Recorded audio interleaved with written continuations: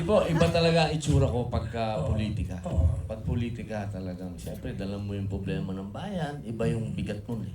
Pero yung Yung itsura mo, showbiz masarap eh. Kasi nag-entertain kayo ng tao, masaya yung tao. parang masaya Malayo kapag siya. Malayo. kasama mo entertainment, press, media, no? Talagang oo. Kasi sa politika, iba eh. Iba yung politika eh. Iba talaga yung bigat niya. Bigat talaga sa sa balikat. Ang tao, katulad kanina, ibang-iba.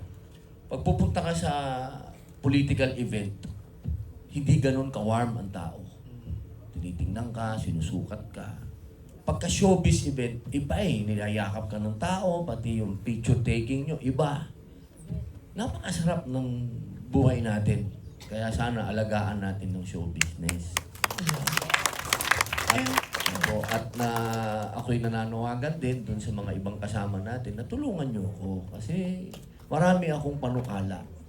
Andyan yung patungkol sa pagbibigay ng insentibo sa mga pelikulang magagandang pelikula katulad ng insentibo na binibigay sa Thailand, binibigay sa Korea.